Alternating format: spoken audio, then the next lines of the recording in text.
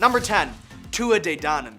Ireland is full of incredible Neolithic sites, one of which is Newgrange, an immense ancient passage tomb. But even more fascinatingly, the tomb is beautifully and perfectly illuminated on the winter solstice, when the cold rising sun lines up perfectly with a roof box just above the entrance.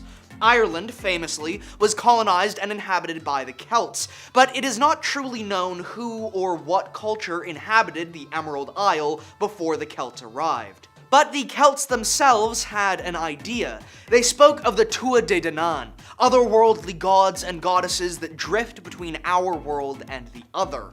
The Celts would tell that Newgrange had been built for a Tuatha De king, someone with the majesty, elegance, and power of the stars. Could it be that this ancient tale actually belies a fascinating truth? Could the pre-Celtic Irish have had contact with extraterrestrials? And could Newgrange have been built for these same extraterrestrials? The patterns carved in the stones nearby are reminiscent of crop circles, and the whole layout of Newgrange does somewhat appear like a primitive landing pad. Or perhaps ancient people just had a better understanding of the stars than we realize. Number 9. Cucuteni Tripilia. The Cucuteni Tripilia are a fascinating culture who established themselves in Southeast Europe, what we now consider the Balkans. The Cucuteni were present from the Neolithic to the Chalcolithic, from about 5500 BCE to 2750 BCE. But what makes the Cucuteni truly fascinating, beyond their intriguing art and pottery and other discoveries, was the discovery of their towns, cities more like. The Cucuteni had the most dense settlements in all of Neolithic Europe, the largest of which having had some 3,000 or more structures and likely housed between 20 and 45,000 people. Plenty of other Neolithic European cultures had permanent dwellings. Plenty of other cultures had agriculture. So what made the Cucuteni special? It seems an innovative way of dealing with detritus, garbage, and mold. The Cucuteni, once a year, would gather all of their personal objects, clean their homes of their belongings, and burn their entire city to the ground. This destroyed any black mold that was festering, cleaned up the city of garbage, and allowed a new, fresh start. However, the drastic and seemingly counterintuitive nature of this tradition has caused some to wonder if the Cucuteni had not received this knowledge from somewhere else. Perhaps kind strangers wandering the stars. Number 8. Tenochtitlan. Tenochtitlan was one of the largest cities in pre-contact America, and was truly an incredibly impressive sight. The entire city was situated on top of Lake Texcoco, with built-up docks and floating farms making up the near entirety of the city. The incredible complexity and fascinating techniques and technologies used to accomplish such an incredible city stunned the first Europeans to see it. The original Mexico wanderers were told through a vision of an eagle with a snake in its beak perched upon a cactus to settle here in this small, swampy island in Lake Texcoco. And there they would turn it into a hub of culture and power in Mesoamerica. But the shocking complexity and effectiveness of the great city and the technology that allowed it to flourish shocked early colonizers. The indigenous people of the Americas had many complex technologies and many large constructions and settlements. However, this confused small-minded 18th century European anthropologists, who began the idea that there must have been some sort of external contact and aid that allowed the Aztecs of the Triple Alliance to build such impressive structures. While there are stories in Aztec mythology of star people, and many stories which have encouraged the theory that they may have had some sort of contact with the extraterrestrial, no evidence indicating the impressive and complex technologies developed in the Americas was ever connected to extraterrestrials. They may be simply intelligent people with generations of education, development, and expertise. Number 7. Sumeria. The Sumerians are a fascinating culture and one of the earliest known to settle in the Indus Valley, the so-called cradle of civilization. The Sumerians are thought to potentially be West Asians who walked from the Hindu Kush or Ganges Plateau, or fishermen from the eastern Arabian littorals, or perhaps they were even from North Africa. Wherever they came from, the Sumerians would make numerous incredible technological advancements. They invented the plow, irrigation, saws, other tools, and much more. This more advanced agriculture also allowed the Sumerians to develop a food surplus, which led to the first concepts of trade and taxation. Writing was then developed to record trade and storage records, and arithmetic, geometry, and commercial production would grow and flourish into being. There are a vast number of complex reasons and variables that led to the Sumerians achieving all of these discoveries first. Or, maybe it was aliens who taught them how to write. Number 6. Seahenge. Seahenge was first discovered in 1998 when beachcombers discovered the strange stump at the site's center. Once exhumed, the whole site would be unveiled. A ring of tall oak trunks had been sunk in a circle with a great upturned oak tree stump in the center. Seahenge was certainly a religious site of great importance, but its exact purpose is unknown.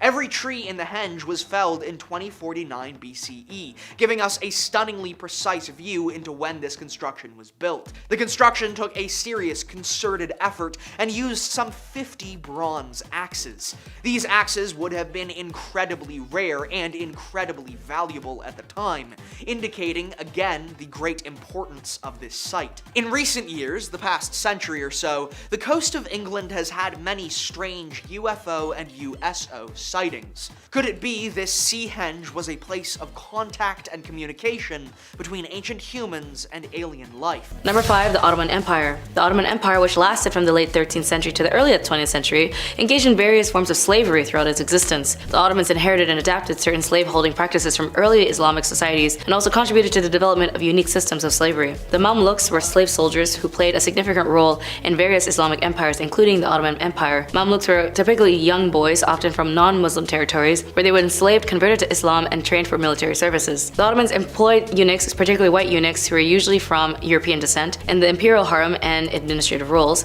as black eunuchs, often of African origins, were also significant presence in the Ottoman Empire, particularly as well in the harem. The Ottomans engaged in the trans-Saharan and trans-Indian Ocean slave trades, acquiring slaves from various regions, including East Africa. The Ottoman Empire began to take steps forward towards the abolition of slavery in the 19th century, influenced by the internal reform movements and external pressures. Various edicts and legal reforms were enacted to limit and eventually end slavery. Number 4. The Byzantine Empire. For the Byzantine Empire, they too also engaged in the trade of slavery. However, they had slaves for different industries, from domestic, industrial, military, agriculture, and so on. Similar to the other historical empires, the Byzantine Empire employed eunuchs in various capacities. Eunuchs were often castrated and served as guards, administrators, and court officials. Their lack of family ties was also seen as an assurance of loyalty as well, and the Byzantine Empire also engaged in the slave trade, acquiring slaves from various means, including war, piracy, and commerce. Slaves were obtained from regions around the Mediterranean and beyond. The Byzantine legal system had specific laws regulating slavery. These laws determined the rights of slave owners and the legal status of slaves and the penalties for mistreatments. The spread of Christianity in the Byzantine Empire had a nuanced impact on the institution of slavery. While some Christian leaders condemned certain forms of slavery, the overall impact of the institution was complex and slavery persisted for centuries. Number 3. The Roman Empire. Slavery was integral to the Roman economy and society. Romans enslaved people through conquest, capturing prisoners of war, and through birth and enslaved parents. Slaves performed various roles, from manual labor to serving to household staff. Human sacrifices, although it wasn't formal like the Mayan or the Aztec, but if you think about human sacrifices as a form of pitting humans against one another in bloody gladiator fights, it sort of counts as one, especially for their entertainment. See, Caligula was one of the Romans' most notorious and vicious tyrannical leaders, set off the tournaments and games as part of his yearly celebrations for his accession. For those who were gladiators were taught to how to kill and die stoically. Defeated, who failed to obtain the so-called the mises or graces, could choose a way of death. Slaves were considered legal property or res in Roman law and had no personal rights. They could be bought, sold, and inherited just like any other property. Some slaves were granted their freedom through the process called manumission, and this could be achieved only through the will of the deceased master purchased by the slave or the decision of the owner. Number 2. The Maya civilization. Human sacrifices was indeed part of the religious practices of the ancient Mayan civilization, which thrived around in Mesoamerica from around 2000 BCE to 1500 CE. Human sacrifices in Maya culture was linked to religious rituals and beliefs, and it played a significant role in their worldview. Human sacrifices was considered a religious ritual with deep spiritual significance. The Mayans believed in a complex pantheon of deities and offerings, including blood offerings, through sacrifices, as they were seen as a way to communicate with these gods, maintaining cosmic balances, and ensure the well-being of their communities. The Maya engaged in elaborate bloodletting rituals where the individuals, often rulers or high-ranking individuals, would pierce their own bodies to extract blood. This blood was then also offered to the gods. The act of bloodletting was a form of personal sacrifice and dedicating to the divine. In addition to self-sacrifice, captives from warfare or other sources were sometimes also used as sacrificial victims. These victims are often subjugated to ritual combat or other forms of ceremony before being sacrificed. The acts of sacrificing captives may have been associated with warfare, cosmological events, or other significant occasions. And finally, number 1, the Aztec civilization. The Aztec society was stratified with a hierarchical structure. At the top was the ruler and the nobility, followed by commoners, artisans, and slaves. Social status was often hereditary, and there were also very limitations on upward mobility. The Aztecs had a complex and polytheistic religion with a pantheon of gods. The god of sun and war held a central place in their religious belief. The Aztecs believed in the cyclical nature of the cosmos and conducted various rituals, including human sacrifices to maintain cosmic order. Human sacrifices was a significant aspect of the Aztec religious practices. The Aztecs believed that sacrificing humans, often captured in warfare, appeased the gods and maintained the balance of the universe. Rituals, including elaborate ceremonies and festivals, were dedicated to different deities. Despite the fall of their empire, the cultural and artistic achievements of the Aztecs left a lasting impact on Mexican and Mesoamerican heritage. Elements of the Aztec civilization, such as language, mythology, and artistic motifs, persist in modern Mexico. In number 10, A Tale of Two Flowers. The legend begins with two women, Expin, a perceived sinner, and the other woman, Utzcolel, known as a good chaste woman. The wealthy townspeople look down at Expin and belittle her, as she was a woman of many love affairs. But they're ignorant of her good heart, as she cared for all those who were sick or poor and did so without expecting anything in return. Utzcolel, meanwhile, all on her fancy rich girl virgin high horse, actually had a crabbed personality and a cold heart, considering everyone inferior to her. One day, the misunderstood Expin goes missing. The judgmental visitors think she's off pleasing more men, until they realize a pungent flower scent is radiating from her house. Nosy, they go check what the perfume is and find Expin dead. Flowers had fought their way through the floorboards to grow around her. The villagers are aghast, but Utzcolel insists it's a demon's trick, and assures them when she herself dies, it'll smell even sweeter. Psych. When Utzcolel dropped dead not long after, the villagers knew almost immediately, because the stench radiating from her home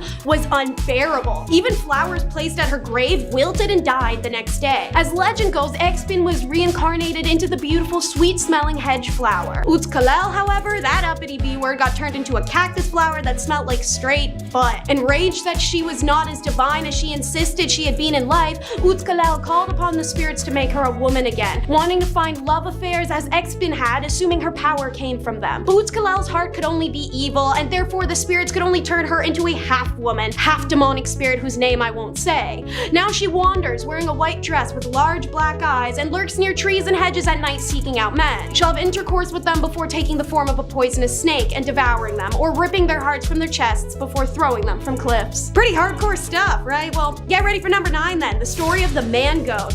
I'm going to only say its true name once, for context. After that, it's all abbreviations, baby. So, the Hue Shivo is a half-man that transforms himself at will and only during the nighttime. Said to have glowing red eyes, thick black but patchy fur, and stands on 2 hooven animal legs. Despite this, it will have the torso and arms of a human and the head of a goat. If the HC is near, you will smell rotting flesh and feel a wave of cold air. If you do see an HC, you must look away. This creature can be created by a sorcerer, but its origin story is as follows. A handsome man lived in Merida, working hard, and he was well educated. However, he was poor, too poor to marry his beloved of a high social class. So he took out to the jungle, screaming his pain out, and in rage called upon the king of the underworld. The king appears, asking what he can provide this distraught man, who begs to sell his soul for a chance to be near the young woman, anything to be with her. The underworld king is like, anything? Say less. And turn the man into a goat. Kinda. The young man is hysterical, saying this is not what he wanted, that he's neither man nor goat, but a monster. The underworld king laughs at him and says he did his part, gave the man what he wanted, and leaves. Since then, the HC runs through the night, killing farm animals in a rage for having been tricked into becoming half of one himself. Let's have a palate cleanser, something a little more tame for number 8. How about the farmer and the tree? Trees came to Earth with a mission. Some cure diseases, others provide wood for building shelter. Some produce food for many creatures. Humans knew this once, but as time went on, man became forgetful and began felling the forest with little regard for the tree's purposes and lives. There was one tree, once the happiest on Earth, that watched all this deforestation and destruction and became incredibly depressed, watching the destruction grow closer. Finally, the logging reached his part of the jungle, and a farmer came, ready to put his axe through him. As the farmer swung, the tree found its voice and screamed out, "Not me!" in fear. The farmer freezes alarmed and stares in awe at the great tree, asking if it's true that had just spoken. We can, the tree replied. My name is Sirikote. Trees are the connection between the heavens, the earth, and the underworld, and we can talk in times of desperate need. Why didn't the other trees say anything when I came to cut them down? The farmer asked, confused. I don't mean any harm, but we need the land to grow food. Their mission was different, explained Sirikote. Their purpose was to gift their wood, but mine is not. You can plant your crops, but keep me around, and soon enough you will learn why. The farmer hesitant did as he was told. Patient, he tended to the plot and took care of the tree, and the tree grew tall and its foliage wide. And when the time came, it produced delicious fruits that fed the farmer's family and the animals that lived around. Number 7 is the story of the rabbit and the shoe. Long ago, animals lived together in harmony in a single mountain cave. Each animal had its own burrow: the coyote, the vulture, the deer, the lion, the snake, and so on. However, they were all tired of being tricked by the rabbit. There was nothing to do but call a meeting and decide together what to do, which they all agreed was to roll a boulder onto the rabbit and smash it to pieces. The lion says, you, turkey vulture, go watch for him to come out, and you, deer, go right after him. Since you can run as fast as Mayor Rabbit, you'll be able to catch up with him. Be on guard, all of you. Snake, you look to see when he comes out, and we'll all pile on top of him. You, Snake, call him. The animals all agreed to the plan, keeping an eye on the rabbit hole where he was presumably asleep, but the rabbit wasn't and had heard their plot. So when they begin to call out, Rabbit, come on out, hurry, the rabbit's only response is, wait, I'm taking off my sandal. But hurry, said the snake. Wait for me there, I'm coming out, called back the rabbit. A moment passes. All right, said the rabbit, I'm coming out now, but please catch my other sandal, I beg you, so I may put it on outside. The other animals mutter amongst themselves and agree to catch his sandal and throw it over there. Then shout to the rabbit, all right, Mayor,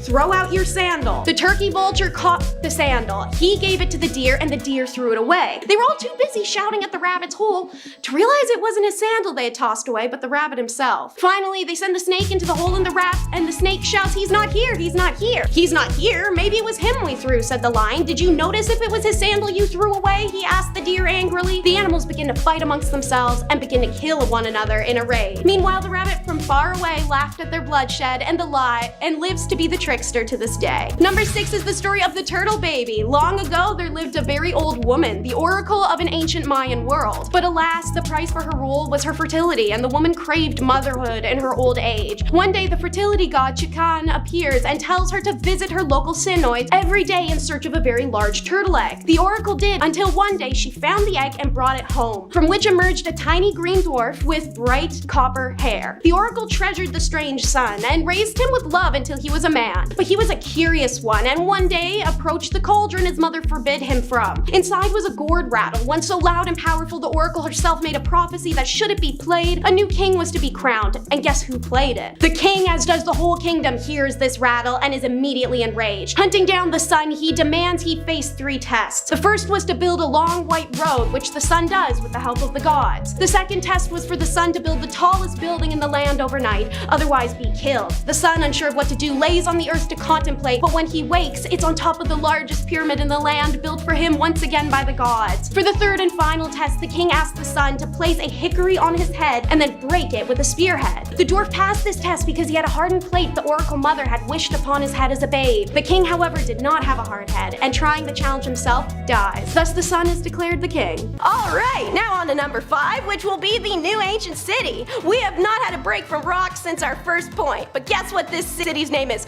Utukumne. What's that mean in Mayan? Stone column. Don't think you escaped from the rocks. And speaking of escaping, that's exactly what this city did for a very long time. It went completely unnoticed until, thanks to the recent approval of airborne laser scanning on the central Mayan lowlands. After receiving LiDAR images showing man-made changes to the landscape, Ivan Sprach and his team thrashed their way through 60 kilometers of vegetation to reach this site. On the elevated terrain, they found several large buildings, including a number of pyramid-shaped ones measuring more than 15 meters. The cylindrical stone columns, which prompted the researchers to name the site Ulukumna, were probably entrances to rooms in the upper parts of the buildings. The team has also found altars, 3 plazas, and a ball court. Pottery unearthed at the site appears to indicate it was inhabited between 600 and 800 AD, a period known as Late Classic. But Sprach said the site probably underwent considerable changes between 800 and 1000 AD before falling victim to the collapse of the lowland Maya civilization in the 10th century. A mystery they're still hoping that the rediscovery discovery of this lost Maya city can help unwind?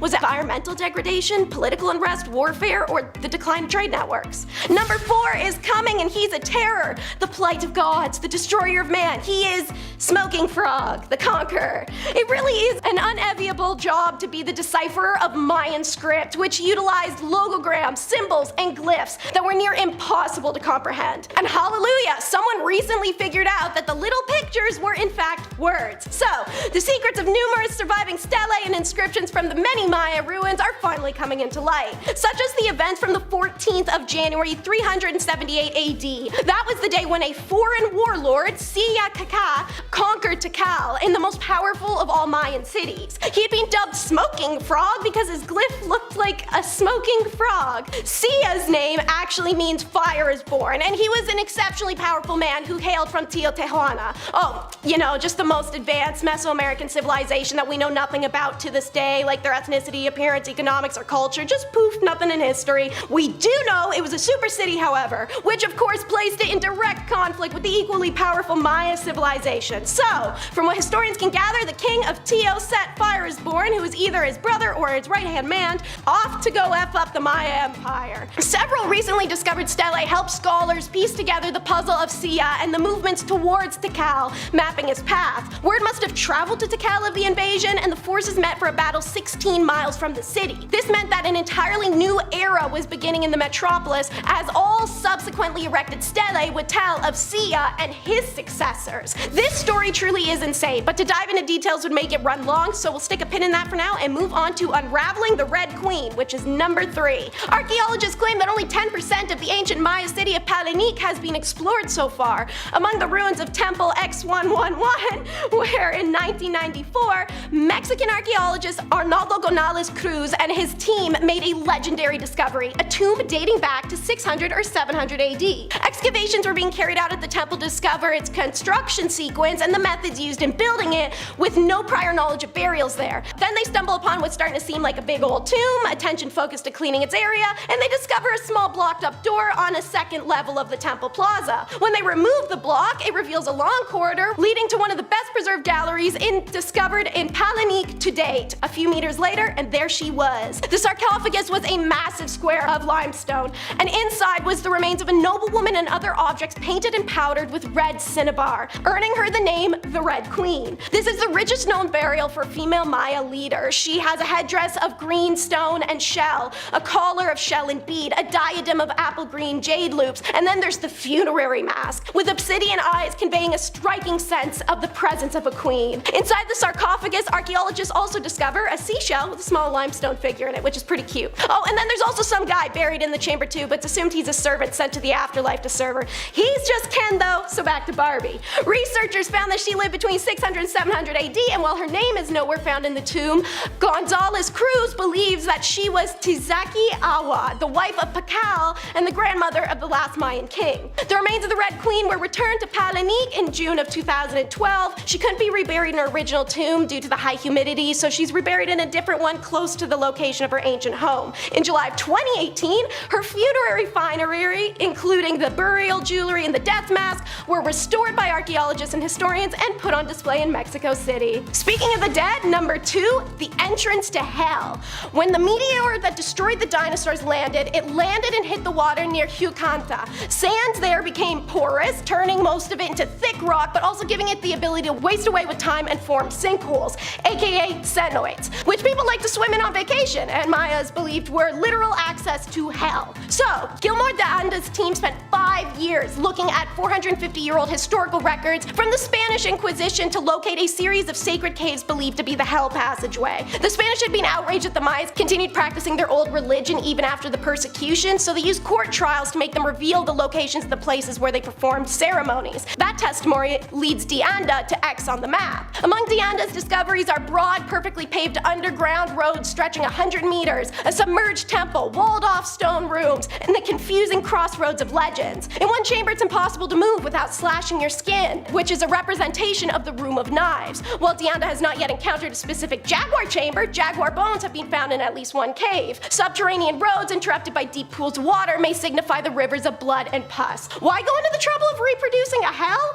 Perhaps it was a way to demonstrate power, de Anda said, or to give an an idea of the terrors that they would meet en route to paradise. For now, Deanda's team is connecting tunnels and caves looking to uncover more. The most emotional for last, number 1, will be They Burned Books, aka the July 12, 1562 tragedy at Mani. What can only be called a literal villain to history is a monstrous man named Friar Diego de Landa, whose act of faith at the city of Mani, Yucatan is the most significant example of historic destruction or burning of the Maya books. Something he documented with excitement and pride in 1566 as he had removed the demons from indigenous hearts. Diego de Landa was among the first Franciscans to arrive in Yucatan. He took the time to learn the language and mirrored cultural behaviors to start earning the trust of the 19 independent chiefdoms. This is the first time he sees Maya texts, which he interprets as idolatry and messages from the devil. In fact, there are written records of the indigenous communities, histories, crops, laws, land, and legends. It was around this time he decided to use physicality to force conversion. He persisted in eradicating traditional indigenous beliefs through extreme violence and torment,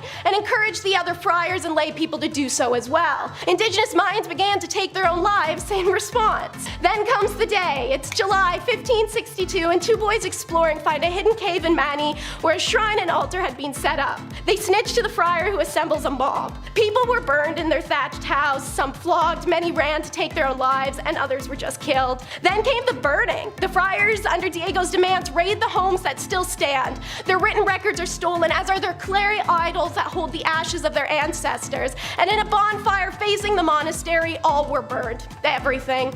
These wooden clay representations of their ancestors filled with ash, their family documents and history, all integral to the descendants' inheritance. The foreign priests understood the significance of what they called superstition and idolatry when they burned these idols. By destroying these articles, they literally ripped people's identities away from them, their standing in the community, and their title to their land and property. The ancestral traditions lost lie at the roots of this tragedy, as does the history we will never regain. Despite an estimated 90% of Mayas dying from disease, war, and forced labor during the 16th century Spanish conquest, I want to make it clear, Maya people and culture has never disappeared. An estimated 6 million Maya people still live in Guatemala, Belize, the West Honduras, Salvador, and southern Mexico alone. Kicking off the list at number 10, astronomy. You ever want to date somebody, but they're a Libra and you're a Gemini? Oh, ain't that the worst?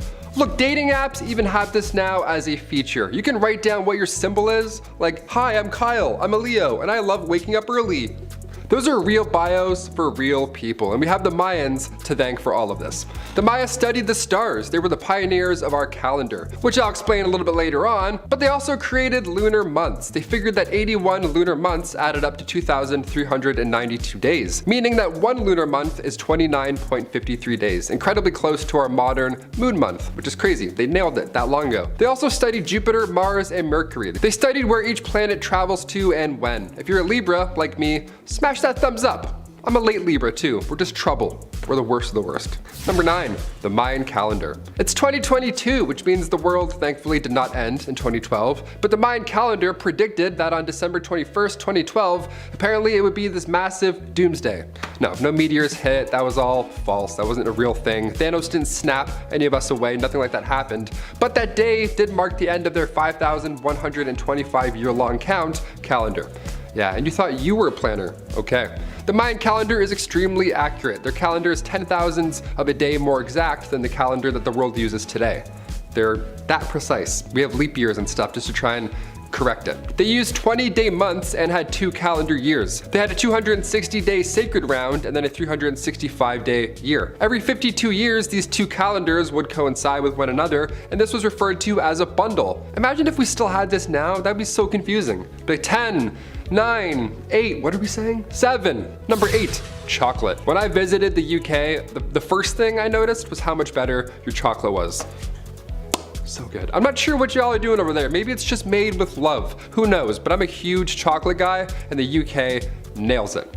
Yeah, wash it down with some iron brew. Buddy, what a day. What a great day. The Mayans as well, turns out they loved chocolate. The Olmecs of Mesoamerica figured out how to consume chocolate, but the Mayans made it beautiful. They added some spice to it, literally. The Mayans would mix chocolate with water, chili peppers, and honey. They would make a spicy drink. Are you into this idea? Is this making your lips happy right now? Spicy chocolate drinks? My tummy can barely handle a pumpkin spice latte, let alone a Mayan milkshake. No thank you. Number 7.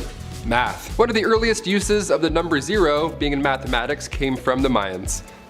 Thanks, awesome. They were super advanced in their mathematics, I would say for their time, but no, in general they were advanced. We're still trying to understand how they achieved what they did without calculators. It's impressive. They drew complex hieroglyphs on long strips of paper made from fig tree bark. They didn't have much to work with here, yet somehow it was still enough. The Maya numerical system only had 3 symbols. This was long before Bedmaz was born. They had 0, 1, and 5. That's it. You could literally count on one hand. There was a shell shape, a dab, and a bar. These numbers went from 0 to 19, and then they would count groups of 20. By time 36 BC rolled around, the Maya were introducing the concept of 0 into their numbering system. Thanks guys, I failed math twice because of those zeros. Cheers. Number 6, glyphs. Glyphs at number 6. 6 glyphs. One of the most advanced forms of writing when it comes to all these ancient Americans, the Maya were the most ahead of their time. They invented the glyph, which are these symbols that represent a word or a sound. Like anything else in this civilization, it's beautiful to look at, of course. The Maya used around 700 different glyphs. They're detailed, they're beautiful. A good amount we're able to translate today, but there's still a mysterious chunk that we're trying to figure out. The earliest glyphs engravings go back to the 3rd century BC, meaning that the Maya are the pioneers of writing in Mesoamerica. There are only a few civilizations where writing naturally occurred: the Mayans, ancient Chinese, and the ancient Mesopotamians. Number 5. Egypt. An ancient civilization in northeast Africa situated on the Nile Valley, somewhere around 3100 BCE, splitting Upper and Lower Egypt. First occurring as a series of stable kingdoms, separated by intermediate periods such as the Old, Middle, and New Kingdoms, Egypt was invaded by a number of foreign powers, including the Libyans, the Nubians, Assyrians, Persians, Macedonians, and of course, the Greeks. Predictable flooding meant a timed surplus of crops, which supported larger populations year after year. The many achievements of these people include immense quarrying, surveying, and construction, using a system of mathematics and science to build and organize what we still visit today. Medicine, irrigation, boat making, the Egyptians did it all. They pushed the boundaries with glass technology, and even invented new forms of literature, and even coined the earliest known drummed up peace treaty. Yeah, don't even get me started on the Sphinx. Have you seen this thing? It's practically being held together with glue and tape at this point. Number 4. Mesopotamia, the land of 2 rivers. Around 10,000 BCE in what is now modern-day Iraq, some of the first fully developed Neolithic cultures began to settle in this fertile crescent known biblically and famously as Mesopotamia. Around 8000 BCE, people in northern Mesopotamia began to cultivate barley and wheat, in which made beer, gruel, soup, and eventually even bread. This is where the earliest signs of civilization began. They were the first to develop trades such as weaving, leatherwork, metalwork, masonry. One of the greatest achievements of ancient Mesopotamia was the invention of the wheel, sometime around 3500 BCE. Mathematics and science was based on a numerical system of 60. This is the source of the 60-minute hour, the 24-hour day, and the 360-degree circle. The Sumerian calendar was 3 7-day weeks of a lunar month. They were so smart, the astronomers could predict eclipses and solstices. Beer, a calendar, and some wheels? Life was simple back then, huh? Like just not a care in the world. Number 3. The Maya. The Mesoamerican civilization of the Maya was roughly between 1800 BC and 900 AD, located within the archaeological site and the city of San Juan Teotihuacan municipality in the state of Mexico. This site has been classified a UNESCO World Heritage Site since 1987. Teotihuacan was the largest city in the Americas with a population between 125,000 and at its peak, millions, making it at least the 6th largest city in the world during its reign. The Maya script is the most sophisticated, highly developed writing systems in the pre-Columbian Americas. Hieroglyphic writing was being used by the 3rd century. They are known for their art, math, calendars, and astronomical systems. Architecturally, the city consisted of palaces, ceremonial ball courts for sport and sacrifice, and of course, structures precisely aligned for astronomical observation. Number 2. Rome. In modern history, ancient Rome refers to the Roman civilization from the founding of the city in the 8th century BC to the collapse of the Roman Empire in the 5th century AD. It encompasses the Roman Kingdom, Roman Republic, and Roman Empire. It began as an Italic settlement. The settlement grew into the city of Rome, eventually controlling its neighbors through a combination of treaties and military strength. It eventually dominated and acquired much of Europe, and of that, the surrounding Mediterranean Sea. one of the largest empires in the ancient world. At one point, roughly a quarter of the world's population. Contributed to modern language, religion, society, technology, government, warfare, art. Do as the Romans do, right? Its military created a system of government which was the inspiration for modern republics such as the United States and France. They achieved impressive feats, such as the empire-wide construction of bridges, ports, and roads, as well as the monuments and megalithic buildings splattered all around the world. Every time I flush a toilet, I'm like, man, these guys were good. Number 1. Turkey. Located in the foothills of the Taurus Mountains, we arrive at Göbekli Tepe. This Neolithic site lays in the southeastern Anatolia region of Turkey and is dated around 9500 BCE. The site consists of a number of large circular structures supported by massive stone pillars. Long story short, it's the first construction site of anything, ever. The pillars are richly decorated with abstract, anthropomorphic carvings of people, clothing, and wild animals, thus providing archaeologists insight into this prehistoric peoples and what they were about. Considered the oldest permanent human settlements anywhere in the world, historians link this revolution to the invention and precursor of agriculture. Göbekli Tepe is a monumental complex built on the top of a rocky mountain far from any known sources of water, and having produced no evidence of agricultural has sparked numerous debates over the years. The site's original excavator, Klaus Schmidt, described it as the Earth's first temple ever, a sanctuary used by groups of nomadic hunter-gatherers from all over the world with no permanent inhabitants. Classified a UNESCO World Heritage Site since 2018, radiocarbon dating shows that the earliest exposed structures at Göbekli Tepe were built around 11,500 years ago. It's regarded by some as the archaeological discovery of many lifetimes, since it could profoundly change the understanding of the development of human society and when it exactly started. Starting off this list in our number 10 spot, we have the Olmec colossal heads. The Olmec civilization has often been referred to as the mother culture of Mesoamerica, and from somewhere between 1400 to 400 BC, the civilization rose in the Mexican Gulf Coast. Now, over 2 millennia later, in 1862, a farmer was digging that very same land that they once lived on, and he came across an extremely large stone head. From here, research continued, and this turned out to be one of 17 stone heads that are thought to have been portraits of the rulers at the time. The statues are all somewhere from 5 to 10 feet tall, and they are extremely heavy. Like heavier than a full-grown elephant. I guess that's how we're measuring weight now. Some use imperial, some use metric. I use elephants. The reason it is believed that these stone heads were made to model rulers of the time is because they all share similar features, but they are each made with different expressions, slightly different facial features, and different headdresses. While the first discovery of the stone head was close to the source of the basalt stone that was used to make them, most of the heads are like 60 miles away from there. So we have absolutely no idea how these ancient people were able to make these stones. We just know it wasn't an easy task by any means. In our number 9 spot today, we have the works of old men. The works of old men are structures that were first observed from the air by a British pilot in 1927, and they are located near the Azraq Oasis in Jordan. There are hundreds of these wheel-like structures that are each over 80 feet wide, some even as large as 200 feet. These huge structures have been dated back so far that they might just be the oldest man-made creations that we have ever found. While this is all amazing, we have absolutely no idea what they are or why they were created. The theories range from things like sun tracking to cemeteries to some sort of spiritual relevance, but we really just aren't sure. While things like this are incredible finds, and it's amazing that some of the first man-made things still exist on our Earth, it is so crazy how we have no idea what they are or how to use them, and unfortunately, especially because of the fact that it's been thousands and thousands of years, it's most likely that the mysteries surrounding them are totally lost with the past.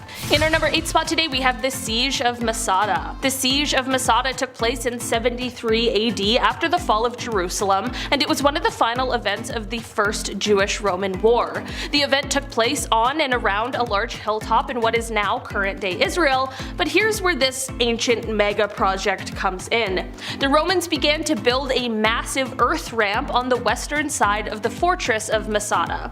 They managed to build it all while under the constant fire from those defending the area, and it was still just under 2,000 feet long, and it rose up 200 feet in the air. After building this ramp, they then managed to push a siege tower up the ramp. This ramp does mostly still exist, and basically what they ended up doing was like extending the size of the mountain that Masada was built on. It is absolutely insane that they did all of this just to capture people. All of that for like 960 people. Imagine if we had ancient Romans now. Suddenly all of our cities would be actually accessible. Ramps for everyone. In our number 7 spot today we have Stonehenge. Perhaps the most famous of all of the monuments on this list, this prehistoric monument is located in England, and it is a set of stones that are oriented towards the sunrise on the summer solstice. This stone monument is thought to have been created somewhere from 3000 to 2000 BC, and it truly is one of the most famous landmarks ever. Stonehenge is thought to have been an ancient burial ground right from early in its creation for somewhere around 500 years. There are many theories surrounding this incredible monument regarding who could have created it, as experts just aren't quite sure. Since this was from a time before we had written records, we may just never know. Maybe this one is just destined to stay a mystery. In our number 6 spot today we have the Yonaguni Monument. Just off of the coast of Yonaguni, Japan, there is a diving location that was first discovered in 1986 by a diver. He noticed some strange sort of formation that was located on the seabed that looked as if it could be some sort of structure, so he swam down to go and investigate. When he went down and didn't find any more answers to his questions, he of course had to spill the tea on what he had stumbled upon. When researchers heard about this, they ended up diving down to check out what this formation could be, and thus the Yonaguni Monument was officially considered discovered. This monument, which kind of resembles stairs made for giants, is made of sandstone and limestone, but there's one super mysterious thing about it. Experts cannot agree on the origins of this thing. Some people believe it was a naturally occurring formation, while others swear that it was man-made. The Yonaguni Monument is at least 10,000 years old, so at the end of the day, anyone's guess is as good as mine. Next on the list we have the Voynich manuscript. I also find this one very entertaining. What we have here is this centuries-old book that's basically total nonsense. This book is a complete mystery. Not only does no one know who actually penned it, but nobody even knows what it says. It's written in an unknown language of some kind. It's named after Wilfrid Voynich, a rare book dealer who bought it in 1912. The manuscript is full of strange drawings of plants, and many of these plants don't actually exist. Some pages look like herbal manuals, others look like astronomy guides, but the meaning behind a lot of the illustrations is just like, who knows? It's believed to have been written and illustrated around 1420. Over the years, many researchers have analyzed it, and there are a number of interesting ideas as to what it could mean, but no definitive answers. Some think the book is holding some hidden knowledge of some kind, but another interesting theory is that there actually is no meaning to the book. Maybe whoever wrote it was out of their mind completely, or they'd created it as some bizarre art piece, maybe even for a laugh. And if that's the case, then whoever they were truly out of their time, and I tip my hat. Also, maybe this book came from the same place where the Green Children came from. It's an interest, I just put that together now. I'm smart. In at number 4 is the Yonaguni Monument in Japan, often referred to as Japan's Atlantis. Now, there's some debate as to whether this was a lost city, or if the Yonaguni Monument is just the result of naturally occurring formations. It was discovered in 1986 by a diver named Kihachiro Aratake, and it was an incredible discovery. Like, what was this structure? Could it be some sort of ancient temple? Was it only part of something even bigger? Or was it just a natural formation? Certainly does not look natural to me. I mean, just looking at some of these images, there's what looks to be steps, columns, walls. Some people believe the monument is just part of remnants of a sunken city belonging to some prehistoric advanced civilization. People on the other side argue that the formations were likely formed by tectonic activity and erosion over thousands of years. But I have a hard time looking at images like this and thinking that these are naturally occurring. I mean, look at those steps. They're so evenly placed, right? Anyway, number 3, the Baghdad Battery. The Baghdad Battery is an archaeological find that dates back to between 250 BCE and 224 CE. It was discovered in a small village near Baghdad, Iraq in 1936. It consists of a terracotta pot, then you got this copper cylinder and an iron rod. The pot is about 5 inches in height and houses the copper cylinder that surrounds the iron rod. The top of the copper cylinder is capped with an asphalt plug. So, some think it might have been an ancient kind of battery of some sort. As for the use of this battery, one theory is that it was used for putting a thin layer of metal on stuff, like gold or silver coat. Others think it may not have been a battery at all, that it could have been used for just like holding important scrolls or medicine. The problem is, there aren't any records or writings from back then to tell us for sure what this thing was. So, still don't know. In its second place is the ghost city of Bangkar. Bangkar is a deserted town located in the Alwar district of Rajasthan, India.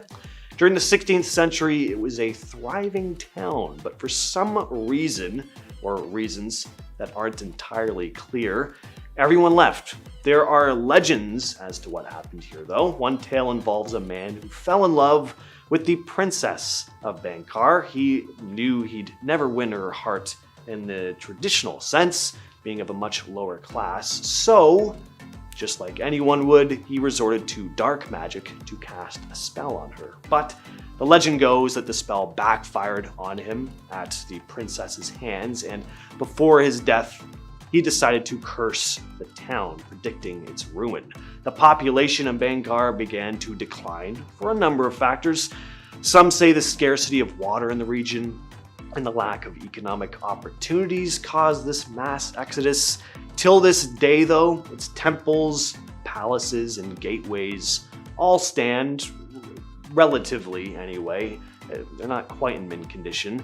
It's said to be one of the most haunted places in India. It's thought to be so dangerous that there's a board at the entrance that warns visitors against entering the site after sunset and before sunrise. Finally, we have the classic Maya collapse. The classic Maya collapse refers to the Maya cities in Mexico and Central America that went downhill around the 8th and 9th centuries. Now, the Maya people were not actually just one group. There were several small city-states, all with their own political structures. Their culture and religion was similar, but they were kind of doing their own thing. There were also various languages across the board. Maya cities were scattered across Mexico, Guatemala, Belize, Honduras, and El Salvador. They built these remarkable structures and had advanced knowledge of mathematics and astronomy. The reasons behind the classic Maya collapse are kind of tough to pinpoint because some city-states declined while others rose, and it was all happening at various times. Environmental changes were likely a big factor. Warfare between these city-states was also common. Economic factors also probably played a big role in the collapse.